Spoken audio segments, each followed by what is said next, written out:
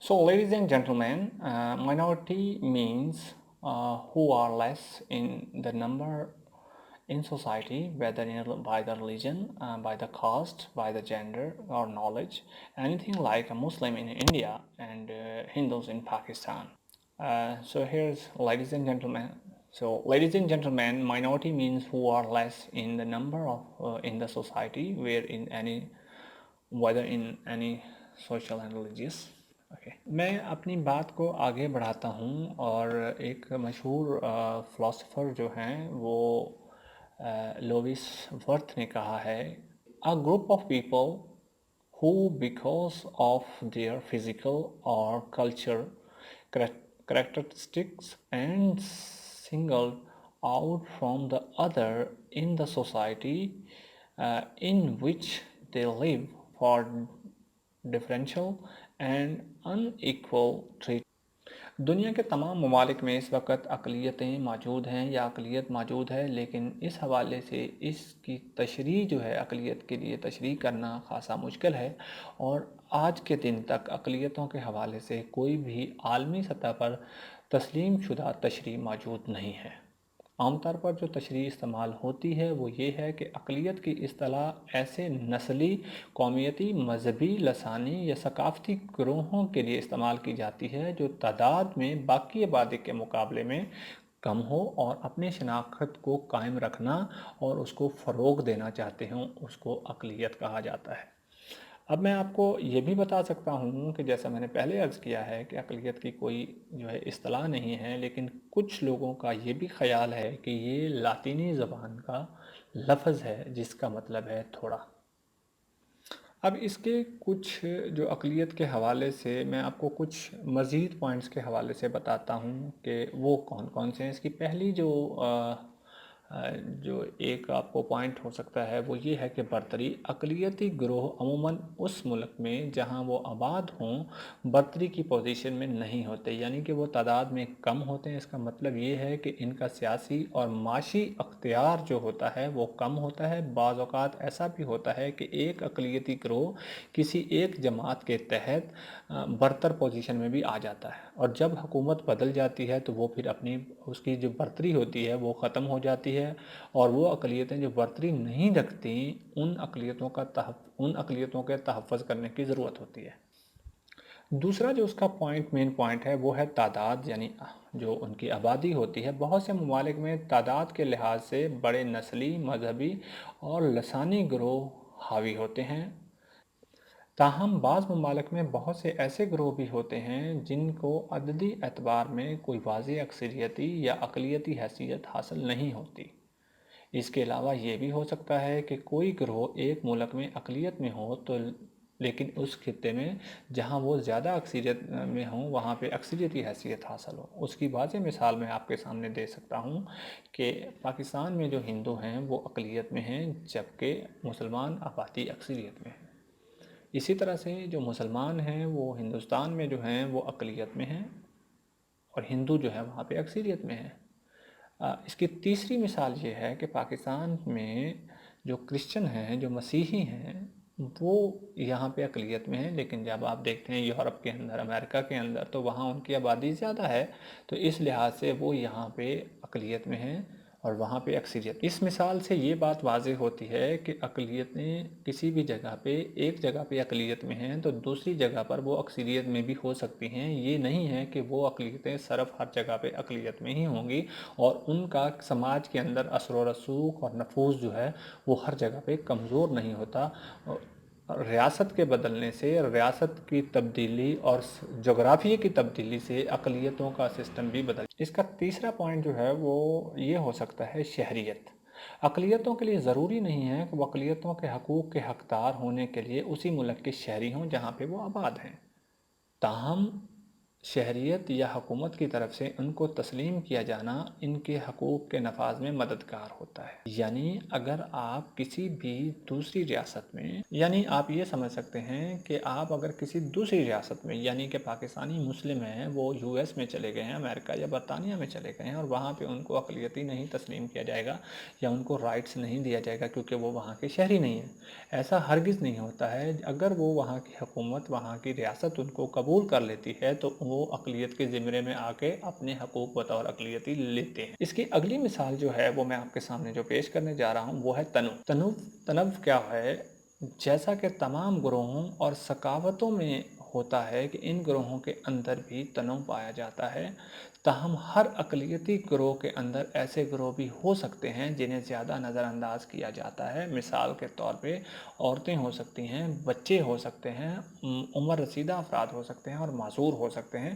یا اجنبی اقلیتیں یعنی کہ انڈر پریویلیج یا پسماندہ اقلیتیں ہو سکتی ہیں، جیسا کہ پاکستان کے اندر جو ہے وہ شیڈول کاسٹ ہو سکتی ہیں اور انڈیا میں ان کو دلت کہا جاتا ہے۔ اس طرح سے جو دوسرے ایسے ممالک ہیں جہاں پہ جو چھوٹی تعداد میں جو کمیونٹی ہوتی ہے وہ بھی اس میں سے ہو سکتی ہے۔ اس میں آپ کے سامنے ایک اور مثال بھی رکھنا چاہتا ہوں۔ اقلیت جو ہے وہ ثقافتی، نسلی طور پر الگ گروہ ہے جو ایک ساتھ رہتا ہے، لیکن وہ ایک سے زیادہ غالب گروہ کے ماتحت ہے۔ چونکہ یہ اصطلاح مطالعہ پاکستان یا معاشرتی علوم یا سوشیالوجی میں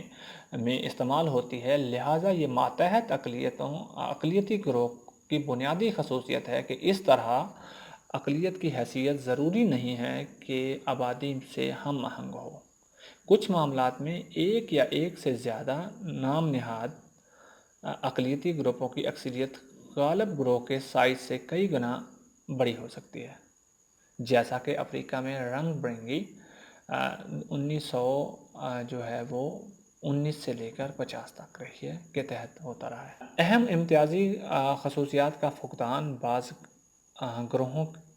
کو اقلیتوں کی درجہ بندی کرنے سے روکتا ہے۔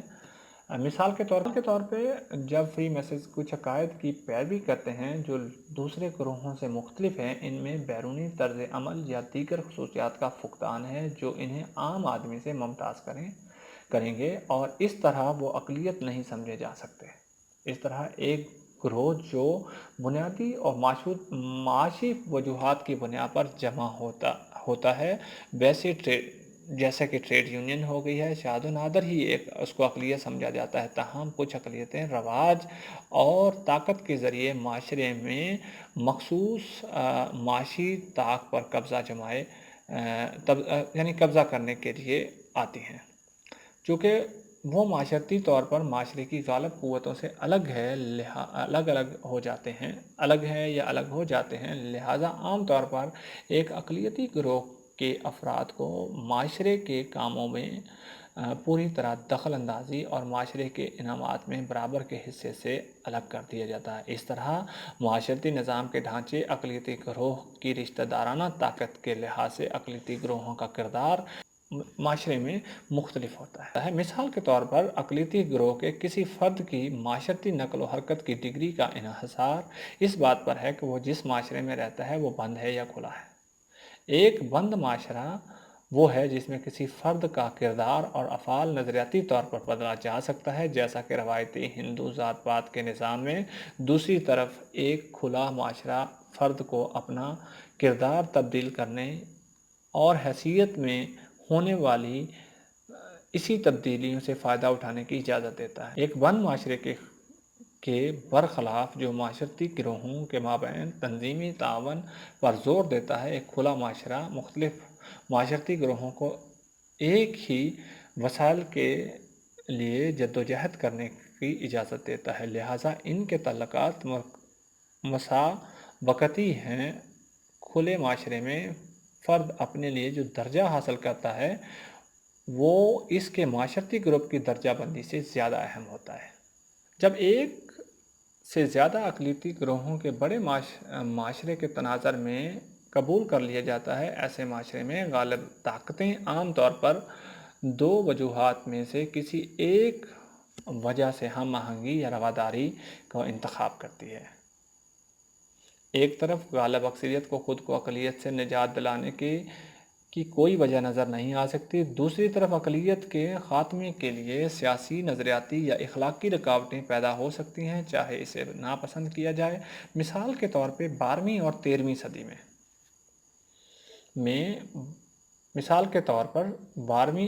صدی میں بعض یورپی ممالک کی تجارت کا انحصار یہودی تاجروں پر تھا، اور یہ ایسا معاملہ تھا جس نے ایک وقت کے لیے یہودیوں کو یہودی جلا وطن کرنے سے روک دیا تھا۔ بھیک مانگنے والی رواداری کی ایک اور مثال برطانیہ میں 1950 کے بعد 20 سالہ عرصے میں دیکھی جا سکتی ہے، جس میں کیریبین، پاکستان اور ہندوستان سے آنے والے تارکین وطن کی آمد دیکھی گئی، بہت سے برطانوی لوگوں کو یہ نئے اقلیتی گروپ پسند نہیں تھے، لیکن ملک کے مروجہ جمہوری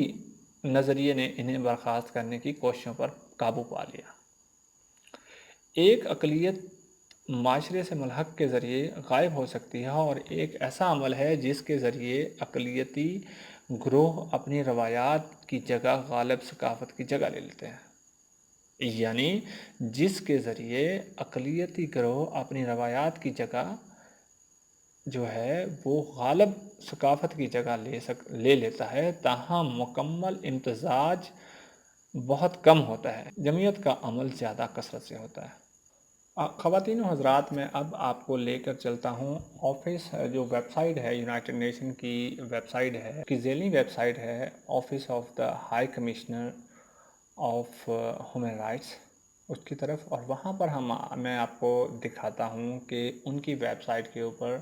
جو اقلیتوں کا عالمی دن جو ہے وہ کب سے، اور اس کے لیے جو چارٹر ہے وہ کب سے تیار ہوا ہے۔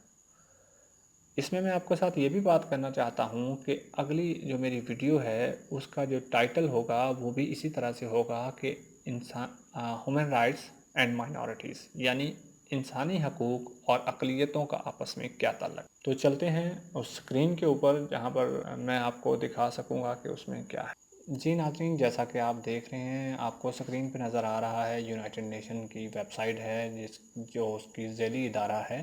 Office of the high commissioner human rights, اور اس میں آپ دیکھ رہے ہیں 1992 سے 2012 تک جب 20 سال پورے ہوئے ہیں تو انہوں نے ایک ڈکلریشن کے ذریعے جو ہے وہ اقلیتوں کے حقوق کا تعین کیا ہے، اور اس حقوق کے جو تعین کیے ہیں اس کے نکات جو ہیں وہ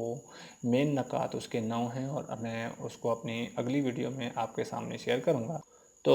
اس میں جو اس کا نام ہے، اس کا جو ٹائٹل ہے وہ ہے یونائٹڈ نیشن ڈکلریشن آن مائنورٹی رائٹس۔ تو اس میں جو ہے وہ یہ 2012 میں ڈکلریشن بنا ہے۔ اس میں کیا کہا گیا ہے تو اس کو آپ ضرور دیکھیے، میں آپ کے سامنے پڑھ کے تو بتا دیتا ہوں اور بعد میں اس کا ترجمہ بھی کر دیتا ہوں۔ Minority rights 2012 Every country has national or ethnic, religious and linguistic minority within its border. Person belonging to minorities aspire to participate in the public, social,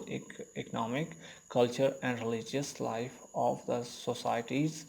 in which they live on an equal footing with the rest of population۔ جیسا کہ اس میں پہلے بھی اس کے اوپر بات کی جا چکی ہے کہ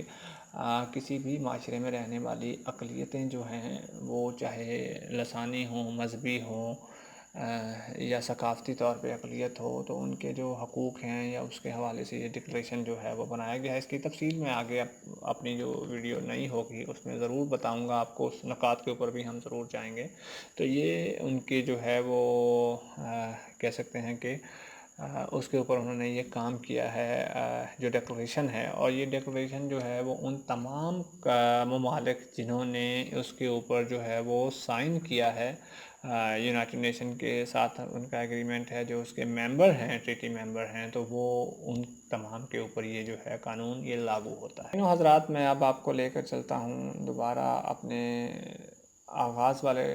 موضوع کے اوپر، جو کہ اقلیتیں انٹرنیشنل حوالے سے ہم نے دیکھی ہیں۔ تو میں آپ کو بتانا چاہتا ہوں کہ پاکستان میں اس کی کیا صورتحال ہے۔ تو پاکستان میں ہندو، کرسچن، احمدی، پارسی، بدھ مت، جین مت، سکھ ازم اور یہودی سمیت دیگر اقلیتیں رہائش پذیر ہیں۔ ملک کی سب سے بڑی اقلیت جو ہے وہ مذہبی اعتبار سے ہندو سب سے بڑی اقلیت ہے، جو کہ پاکستان کے چاروں صوبوں بشمول گلگت بلتستان اور کشمیر میں موجود ہے۔ لیکن اس کی جو کثیر تعداد ہے، جو زیادہ تعداد ہے ہندو اقلیت کی، وہ سندھ، اندرون سندھ اور اس کے ساتھ ساتھ جنوبی پنجاب کے اندر رہتی ہے، جبکہ مسیحی جو برادری ہے وہ پنجاب کے اندر جو ہے اپر پنجاب کے ایریا ہے وہاں پہ رہتی ہیں، اور اسی طرح سے پنجاب میں جو ہے وہ احمدی اور سکھوں کی اکثریت آبادی بھی موجود ہے۔ پارسی مذاہب کا میں آپ کو بتا سکتا ہوں کہ پارسی مذاہب کے جو اثرات ہیں وہ پاکستان کے تقریباً تمام صوبوں میں جو ہیں وہ پڑے ہیں، اور مگر بلوچستان اور سندھ میں ان کی آبادی زیادہ ہے، کیونکہ یہ دونوں صوبوں میں قدیم ایرانی مملکت کا حصہ تھے۔